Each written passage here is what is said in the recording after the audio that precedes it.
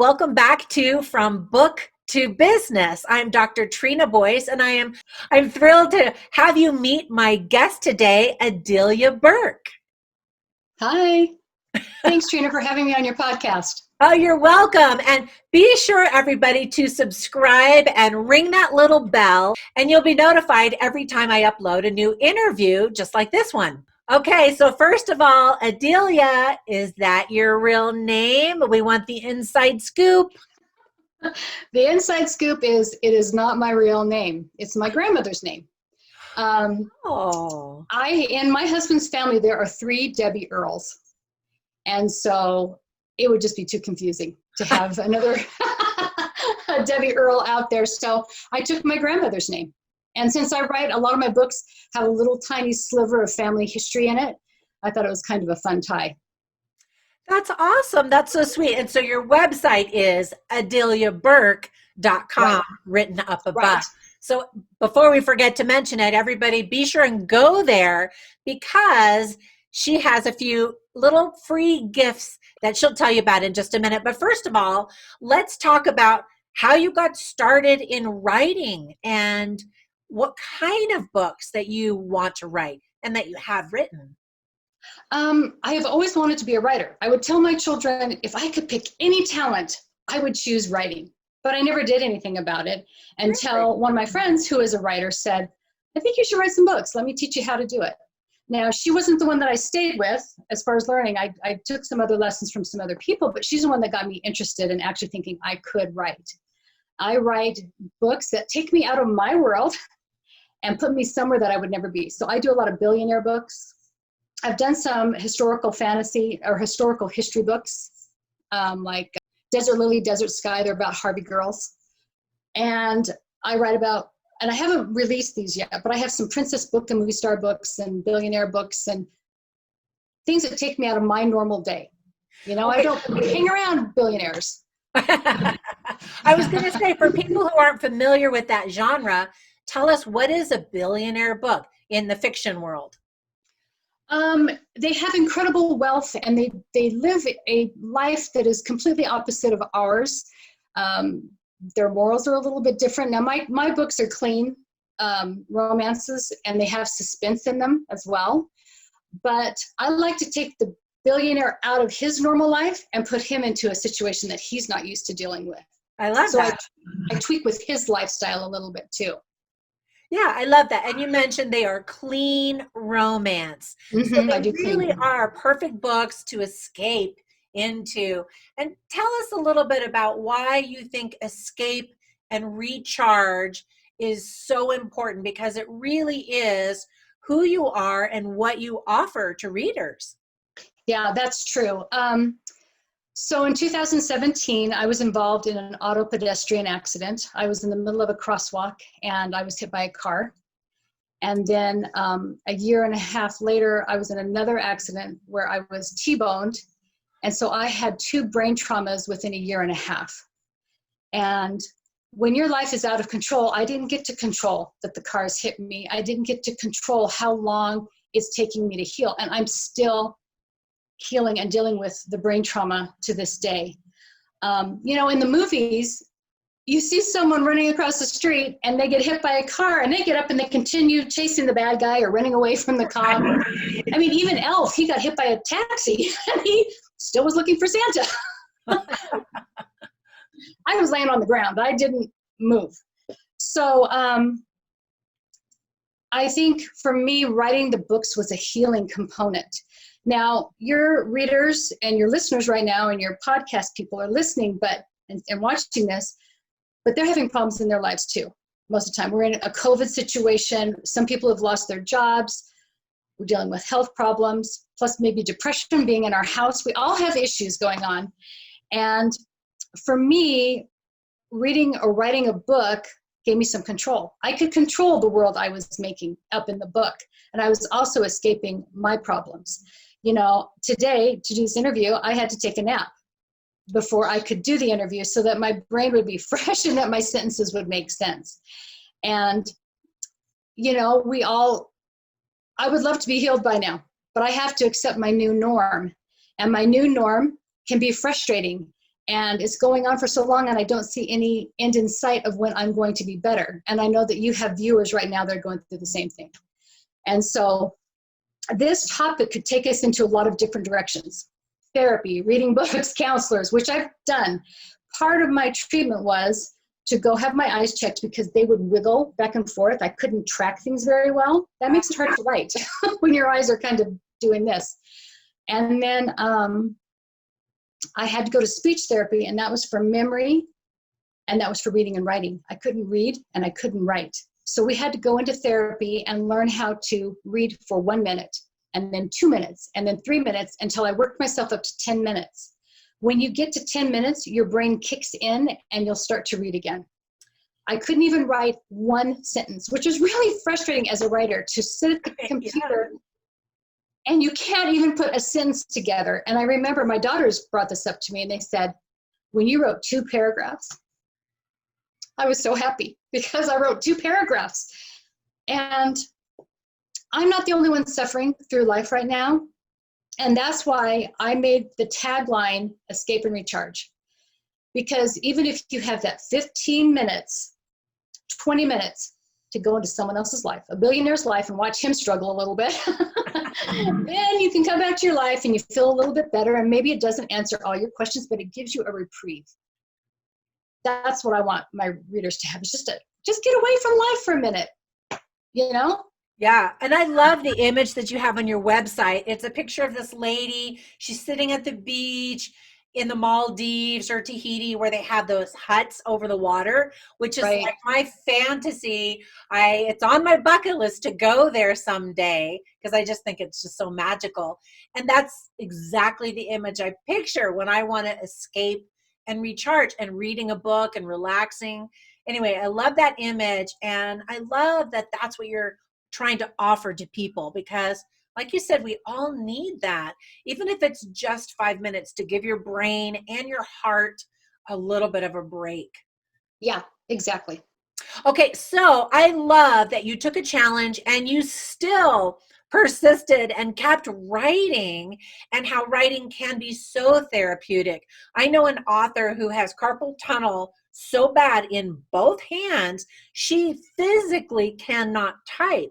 And so she just bought some dictation software. This was many years ago, before like Word document, Word on Microsoft Word now has the dictate feature, but she would just speak her book because she was so determined to write a book. And I think it is so therapeutic, whether you're writing a book or writing in a journal, or writing in a gratitude journal, a type of list of that kind of thing. So what a great inspiration you are to us. Thank you. Well, I think, thank you for saying that. I think the woman who's using other tools to get her writing done, I think that's what we all have to eventually come to do, is realize these are my new limitations, this is my new me, and this is how I can make my life work now, which is very, very difficult. And I think we're a little bit vulnerable, which I don't like being vulnerable, but it does, yeah. I think it's important. Yeah. And I love that you addressed the issue of control. When we don't have control, it makes us feel very vulnerable and helpless, and nobody likes those feelings.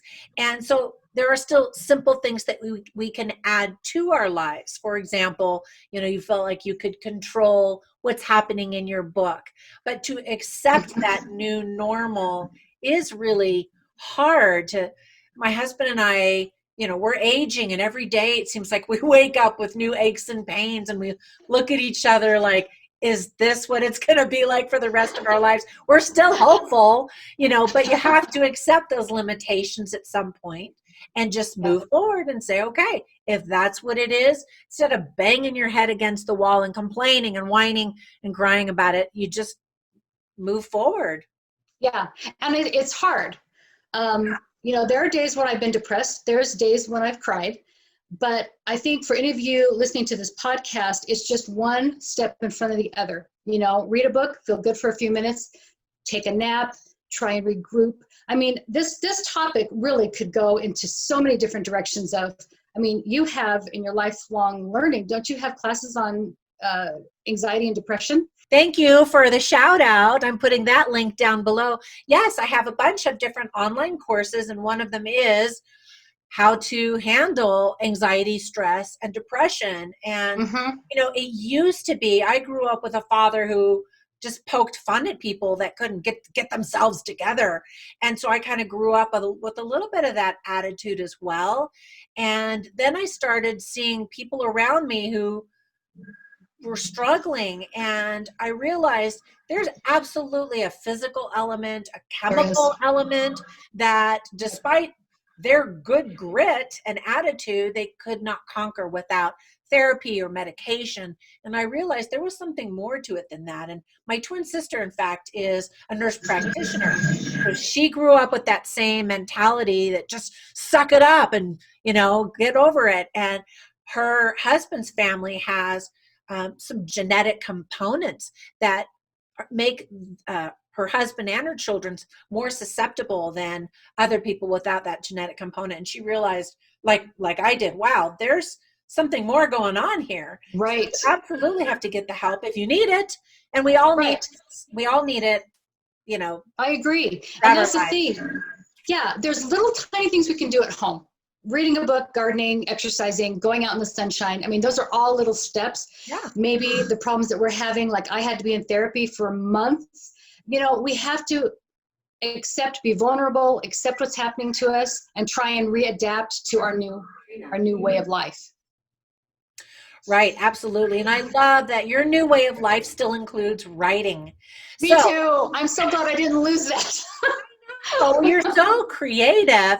And I love that your books have suspense and a little twist in them. I love twists.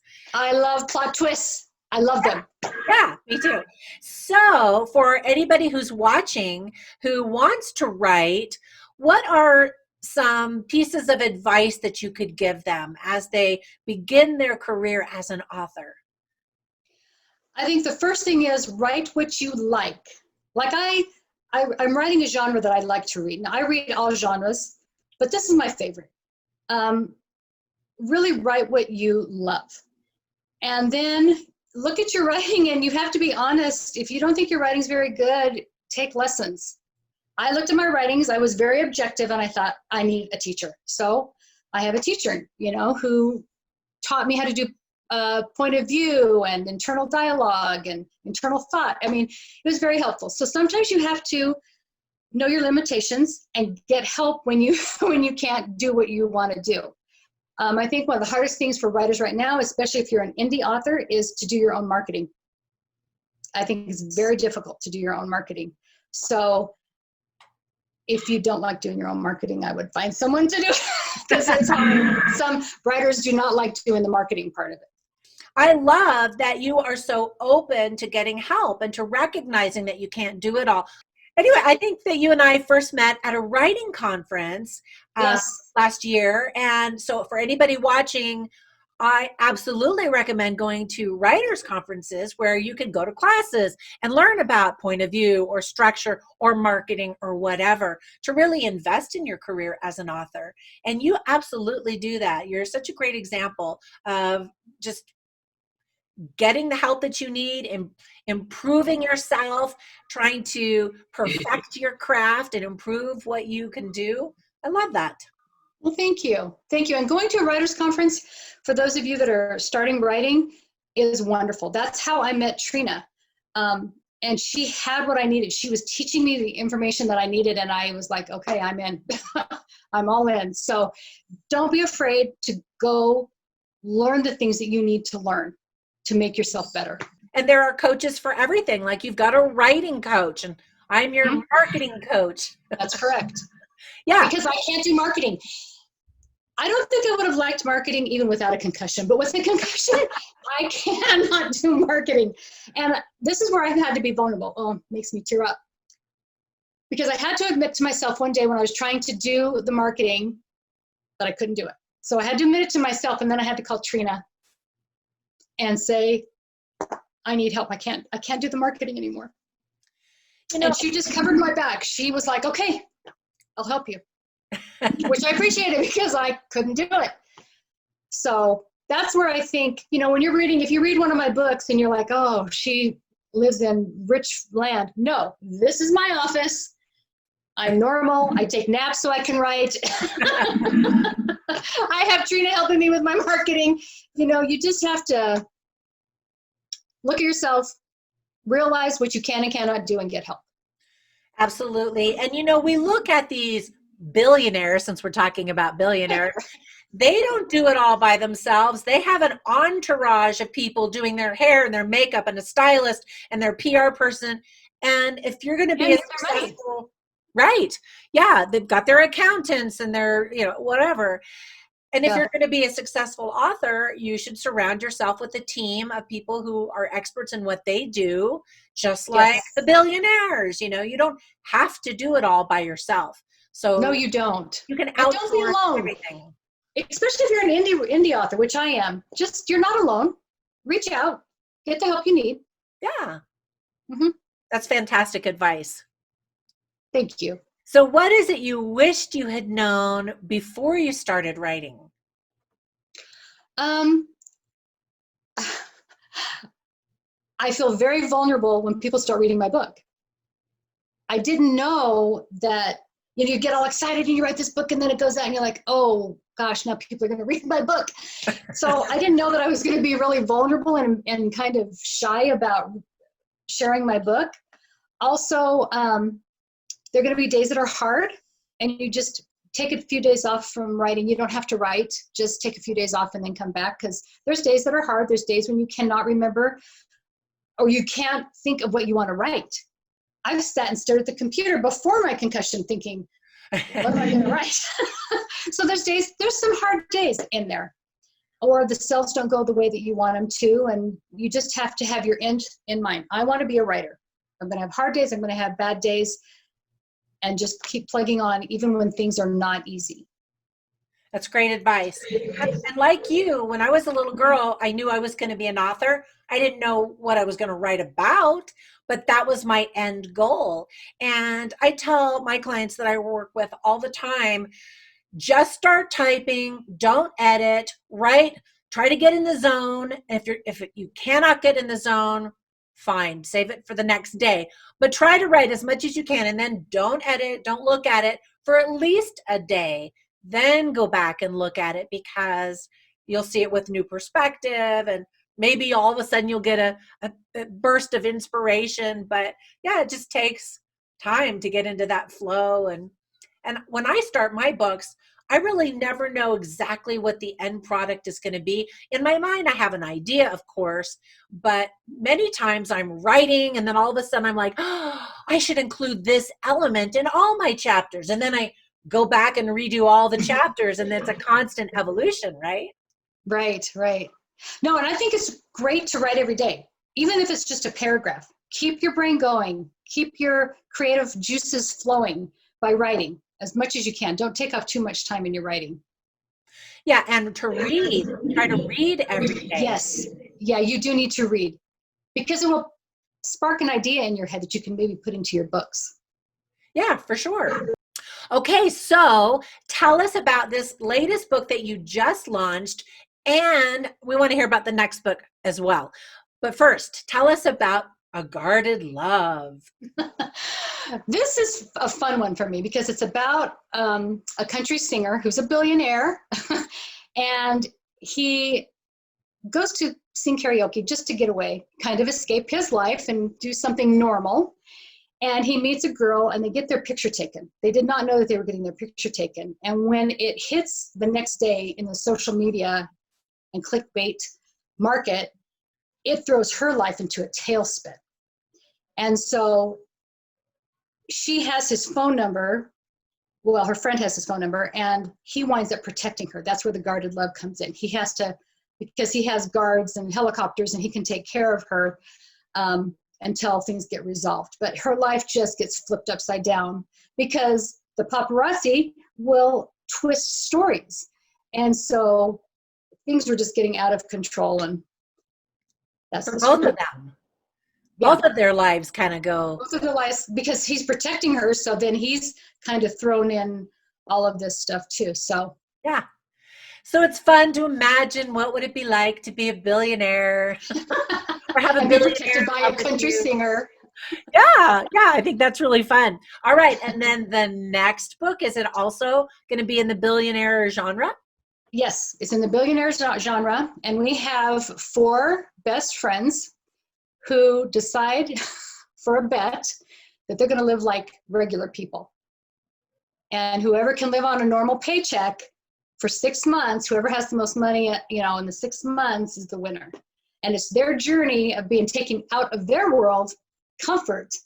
Everyone's doing their stuff for them, and they have to figure out how to do stuff for themselves. So that's my next book. I love it. That sounds very entertaining. It is funny. I sit there and I'm typing and I'm laughing because it's just fun. So. That's awesome. And so when do you anticipate that book launching?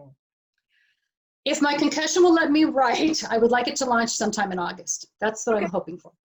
Okay. Yeah. Awesome. Well, we will keep everybody posted for sure. And by the way, if you want to know the latest scoop on all of her book launches, go to, tell us your website. AdeliaBurke.com. And if viewers go to your website, tell them about the gift that you're going to give them. I have a free book. It's a little novella, fun reading to escape and recharge. And so you just have to fill out the VIP section on the website, and I'll send you the book. It'll be a PDF.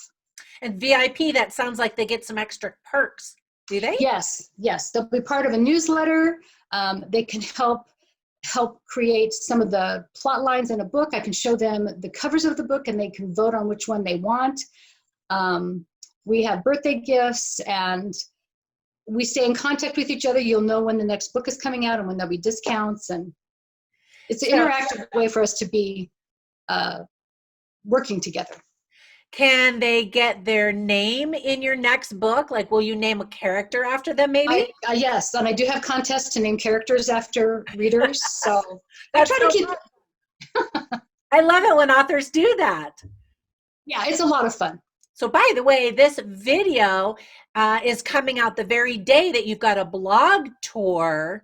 Okay, and so if you have not heard of a book blog tour, let me tell you really quickly what it is. It usually will start on one blog, and then every day a new blog is featured, meaning another book reviewer or another author or somebody is featuring Adelia's book and giving prizes and telling you more about it. And sometimes they'll send you to Instagram or to a YouTube video or whatever. And so it's a lot of fun, and you can learn more about Adelia's books that way as well. So you can go to AdeliaBurke.com and you can see the schedule on where to go each day and how to accumulate more prizes each day. That's great. That's fun. Okay. All right, Adelia. So thank you so much for spending a few minutes with us and for your fantastic advice, and best wishes on your healing. And for all of you too, who are also struggling, if you need a chance or need a way to escape and recharge, now you know who's got your back and where to go. That's true. I do have your back, and we're in this together, and just take one step at a time. Yeah, that's great advice. All right. Thank you again for subscribing. Tell all your friends, ring the little bell, and visit the Facebook group called, what's it called? From Book to Business. And we will see you in the next video. Bye for now. Bye.